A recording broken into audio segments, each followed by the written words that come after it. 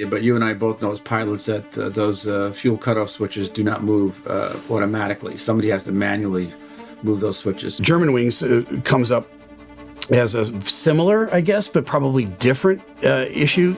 We finally said, well, how did you get the number? She goes, well, my husband briefed us. If we ever had a problem, he's on the road, here's the number to call. Just go to the magnet.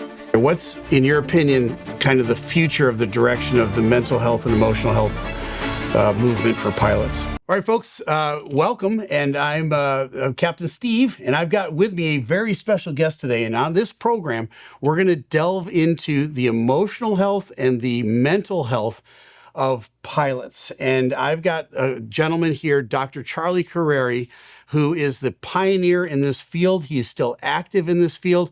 This is the guy who's responsible for many of the great programs that are out there that pilots can avail themselves to. And so let's bring him on. Charlie, welcome to the program. I'm so glad to have you.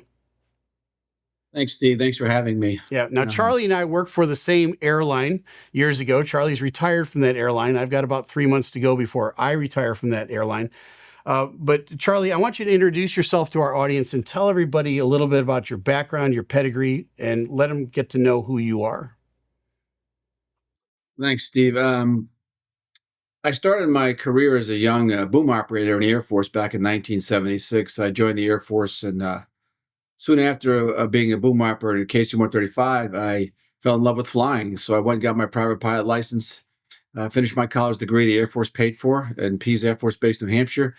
And then the Air Force picked me up for a pilot training slot at Del Rio, Texas. So off I went.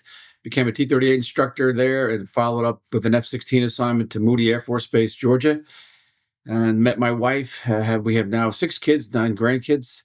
But at Moody, we ended up in Desert Storm for a while, came back to Randolph 38 IP, and then went back to F-16s and ended up in the PAC FIG team. And Delta hired me when I retired and put me in a pool. And so I went back to grad school, got my second master's degree in Christian counseling, and the American hired me. And then the union called me and said, we need some help with the employee assistance program.